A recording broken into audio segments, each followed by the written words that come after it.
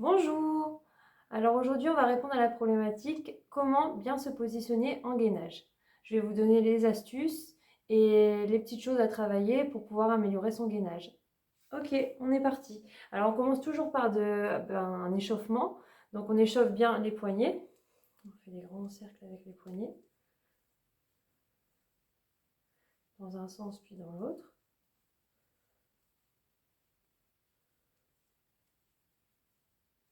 La nuque, à droite, à gauche, à droite, à gauche, en rotation, droite, gauche, droite, gauche, en avant, en arrière, en avant, en arrière.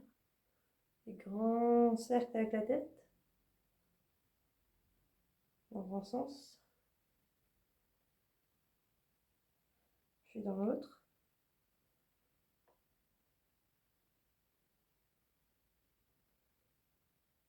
Les épaules en arrière.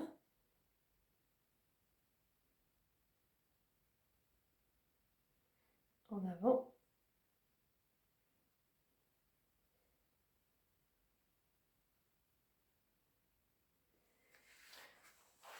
Le bassin. Anté-rétroversion du bassin, avec un dos rond, dos creux.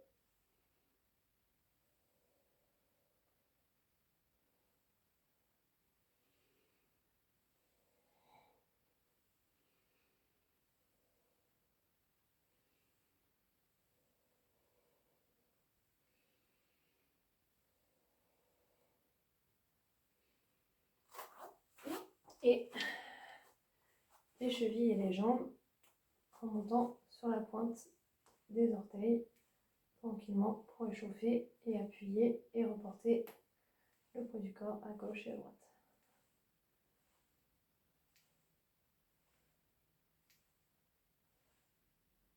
Okay. Une fois qu'on a échauffé nuque, épaules, bassin et chevilles, ainsi que les poignets, on va pouvoir démarrer. Donc il y a un exercice qui s'appelle la préparation à la planche.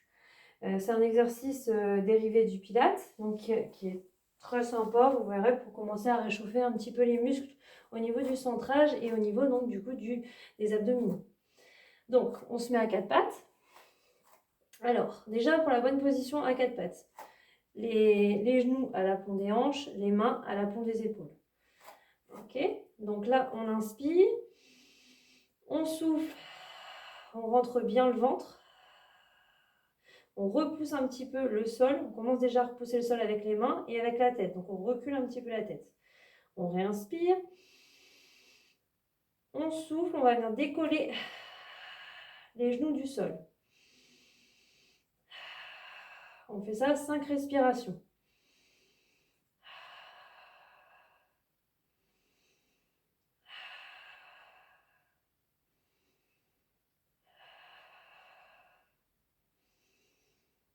Et 5.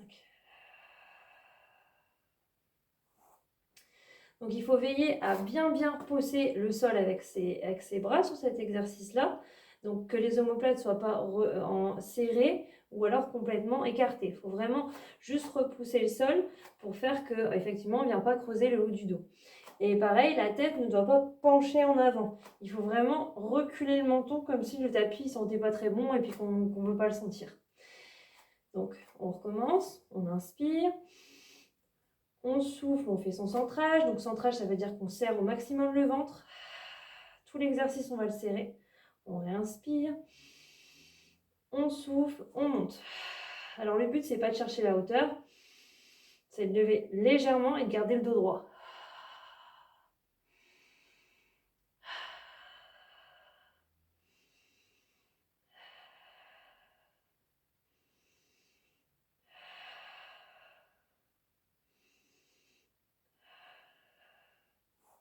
Je vais sentir que ça commence à chauffer un petit peu dans les bras et dans les jambes, ainsi que dans le centrage au niveau du ventre.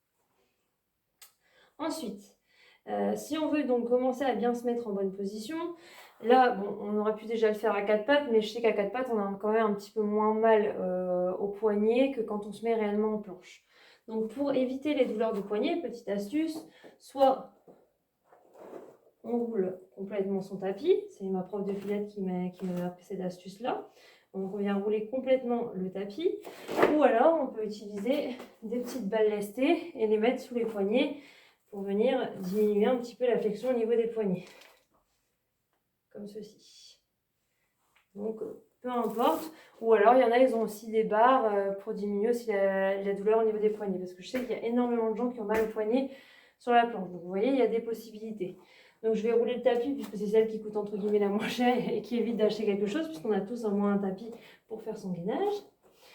Donc on l'enroule à quatre pattes. On va commencer donc par une planche bras tendus. Donc planche bras tendus, on inspire, on souffle, on fait son centrage. On inspire, on souffle, on va venir tendre complètement la jambe gauche, puis la jambe droite. Et on vient piquer légèrement en avant avec le pubis. Le pubis, c'est l'os qui est devant, qui est en avant ici.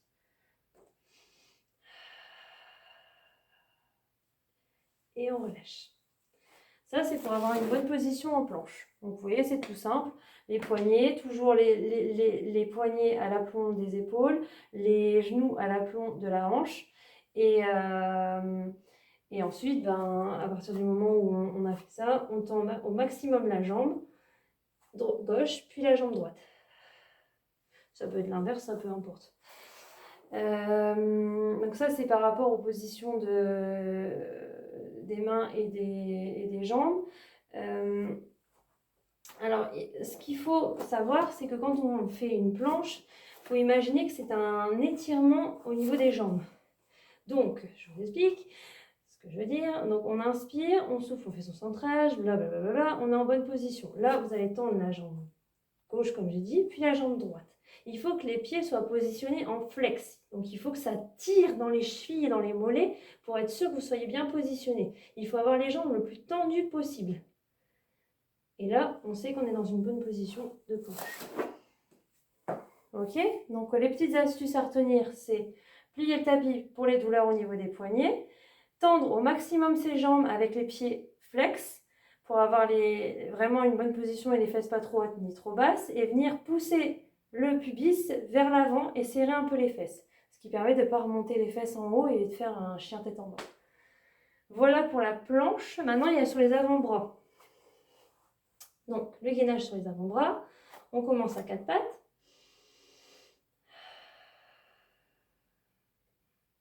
Donc, on fait toujours son centrage. On commence toujours par ça. On souffle, on vient mettre un bras en avant. Donc là, en l'occurrence, le bras gauche. On réinspire.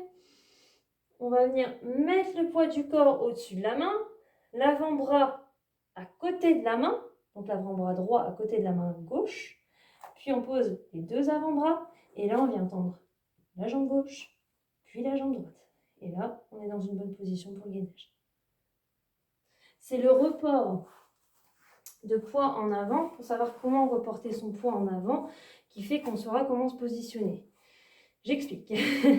Quand on met la main du coup ici devant, le plus loin, on tend la main gauche pour la mettre au plus loin devant. Là, on vient reporter, c'est ce qui est le plus important dans ce mouvement-là pour se positionner. On reporte son poids, donc on ramène son épaule gauche au-dessus de sa main gauche. Et là, à partir de là, on positionne l'avant-bras, enfin le coude droit à côté, puis le coude gauche. Et là, on vient tendre les deux. Et là, on est dans une bonne position de gainage sur les avant-bras. Donc là, il faut vraiment bien tirer aussi sur les jambes, flexion dorsale, pour avoir 50% du poids du corps sur les bras, 50% du poids du corps sur les pieds. Et on relâche. Donc ça, c'est pour les deux positions de gainage, avant-bras ou main. Si il y a une possibilité pour travailler l'allongement des jambes, parce que comme je vous dis, il faut vraiment que les jambes soient le plus allongées possible, il faut chercher l'allongement et vraiment l'étirement des jambes. Donc pour travailler l'allongement des jambes, moi ça m'a bien aidé parce qu'on l'a fait en pilates avec ma prof, c'est d'utiliser le foam roller. Alors, pour le faire le gainage avec le foam roller, je vais vous montrer sur les avant-bras, ce sera plus pratique. Donc, hop, je passe au-dessus. Voilà. Donc, on commence à quatre pattes. On met le foam roller sous les chevilles, parce que là, ça ne change pas. On fait sa position de préparation pour les avant-bras. Donc, on inspire, on souffle, on fait son centrage, on rentre bien son ventre. On met la main gauche devant. On reporte le poids du corps sur la main gauche. On met l'avant-bras, enfin le coude droit à côté de la main gauche. On pose les deux avant-bras. Et là, on va venir tendre les deux jambes en même temps. Et là, on a les jambes qui sont complètement tendues sur le rouleau. Et on évite de creuser. Et là, ça vous apprendra à chercher un petit peu de la longueur au niveau de vos jambes. Donc ça permet de travailler justement cette longueur dans les jambes quand on fait le gainage. Donc voilà pour les exercices un petit peu préparatoires, on va dire. Donc ensuite, vous avez le gainage où vous avez votre temps, où vous comptez vos nombres de respiration, ça dépend si vous faites du pilates ou pas. Après, donc, vous avez tout ce qui est gainage dynamique. Donc, on peut rajouter sur le gainage dynamique, par exemple... Alors, moi, je préfère faire du gainage dynamique sur les mains. On peut le faire aussi sur les avant-bras, il n'y a pas de souci. C'est juste que si on veut faire du dynamique jambes sur les avant-bras, je trouve qu'on va vite se cogner un petit peu sur le sol au niveau des genoux. Donc, on n'oublie pas, petite astuce, si on a mal au poignet, on roule le tapis. On inspire, on souffle, son petit centrage. On tend bien sa jambe gauche, bien sa jambe droite, on serre les fesses, on pique un peu le pubis vers l'avant. Là, on est bien positionné et on vient bien faire une flexion dorsale, enfin on vient étirer en fait ces muscles postérieurs en poussant un peu sur les chevilles. De là, on inspire, on souffle, on peut faire un climber mountain, c'est-à-dire venir croiser les jambes comme ça, ici en avant.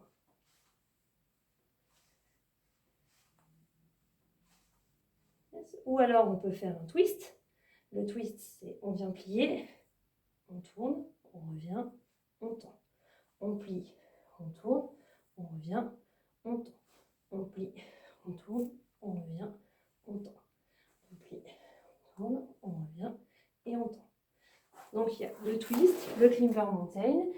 Il y a aussi en dynamique, alors il y a des dynamiques qui sont un peu, parce que là vous voyez quand on fait ces deux dynamiques là, climber mountain et twist, on a plus de mal à garder réellement le dos bien droit, si j'en conçois sur cela, de vraiment garder le dos bien droit, parce que quand on va venir plier la jambe, effectivement le dos vient s'arrondir un petit peu, donc du coup on n'a plus le dos qui est réellement droit. Donc il y a d'autres gainages qui fait que c'est beaucoup plus difficile, vous allez voir, de venir bien serrer. Donc on inspire, on souffle, on fait son centrage,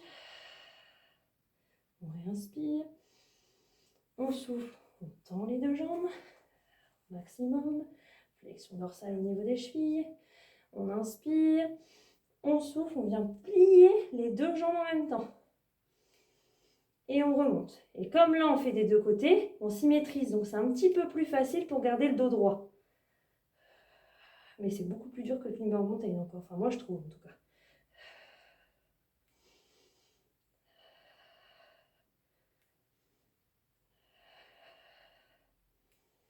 Donc vous avez cette possibilité-là. Ou alors il y a possibilité aussi du latéral, c'est-à-dire on vient, on centre toujours, on tend les jambes, on se positionne en gainage correctement et on vient une jambe sur le côté, on tac, et une jambe de l'autre côté, tac. On vient piquer avec le pied sur le côté. Et on repose. Donc là, vous voyez, je vous ai montré 4 dynamiques. Climber mountain, twist, double, on peut dire que c'est un genre de double leg stretch couplé à un gainage, puisqu'on plie les jambes et on les tend, ou alors ouverture latérale avec les jambes.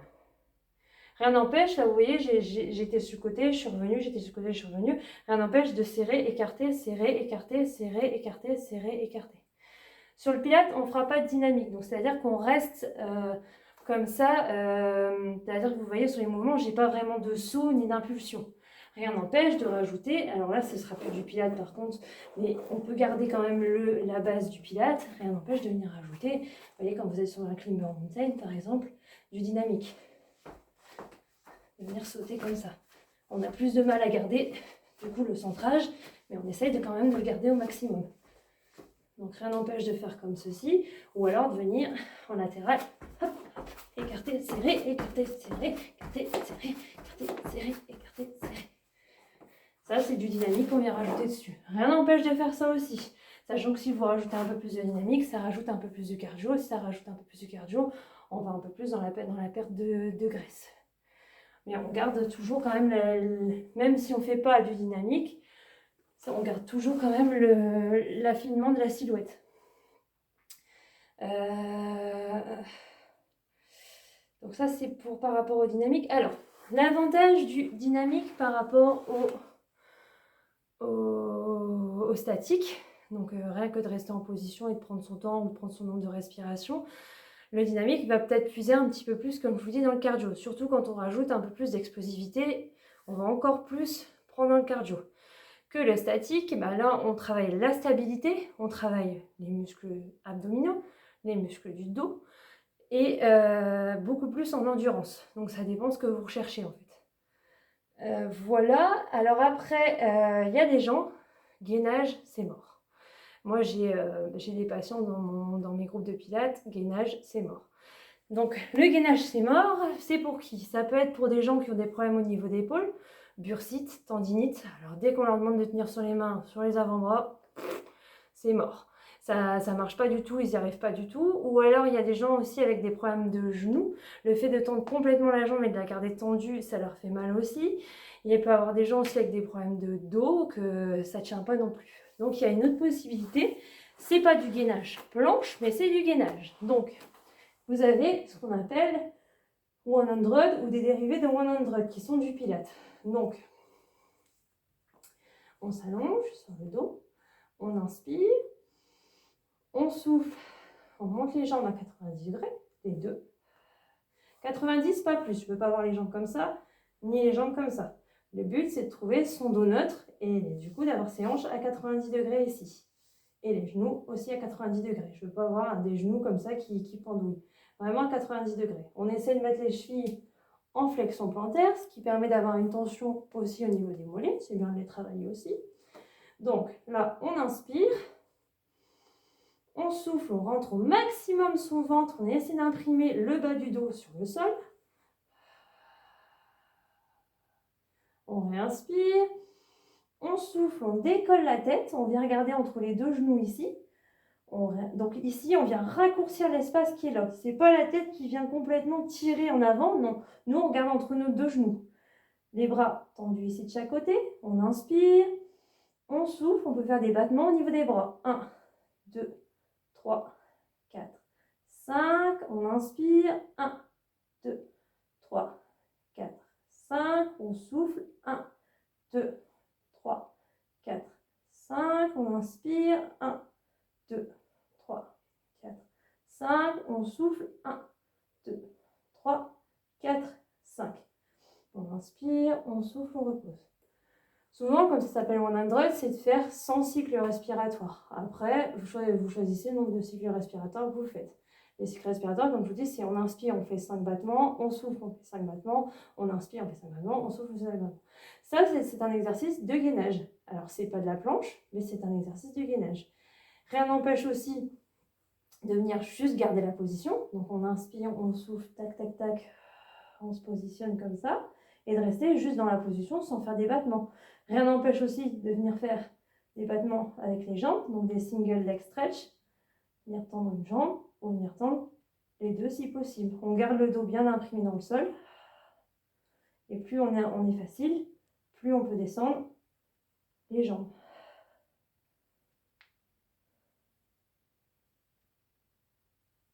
Et on repose. C'est ce que je propose un petit peu aux personnes qui n'arrivent pas du tout à faire du gainage. Et qui n'arrivent pas du tout à faire de la planche, pardon, parce que c'est un exercice de gainage. Donc de venir soit comme ça, battement au niveau des bras, battement au niveau des jambes, ou double battement. Le but, c'est d'essayer de garder, par contre, toujours ce truc de 90 degrés. Ce qu'on n'a pas quand on fait du renforcement, on fait toujours le cycle. Le cycle, le problème, c'est que normalement, un cycle en pilates, donc on inspire, on souffle, on fait son centrage, on remonte ses deux genoux. Le cycle en pilates, normalement, les jambes restent toujours à 90 degrés. Tac, on tend une jambe, on revient, on tend l'autre jambe, on revient, tac et tac. Vous voyez, quand je reviens, je ne ramène pas ma jambe sur le ventre. Or, quand on n'est pas en pilates, les gens ramènent souvent la jambe sur le ventre. Le problème, c'est que ça crée une hyperpression au niveau du ventre. Si vous ramenez vers le ventre, si vous ramenez le genou vers le ventre. Donc nous, le but, c'est pas non plus de créer des prolapsus ou des choses de remonter les organes ou des trucs un peu hyperpressifs. Le but, c'est de garder une hypopression, donc de garder les jambes à 90 degrés et de ne pas ramener plus vers le ventre, de vraiment rester dans cette position-là. Voilà, donc ça c'était pour les petites astuces de pilates et de gainage. Si vous avez des questions à me poser par rapport à ça, je peux encore donner d'autres conseils ou me dire quoi. Et puis je ferai peut-être bientôt une vidéo pour expliquer, pour peut-être faire les mouvements avec vous comme une genre de séance. Là, c'était vraiment un petit truc explicatif pour vous dire les bienfaits et les avantages de tel ou tel gainage. Voilà, et ben, je vous souhaite une bonne journée et un bon courage. Bon dimanche!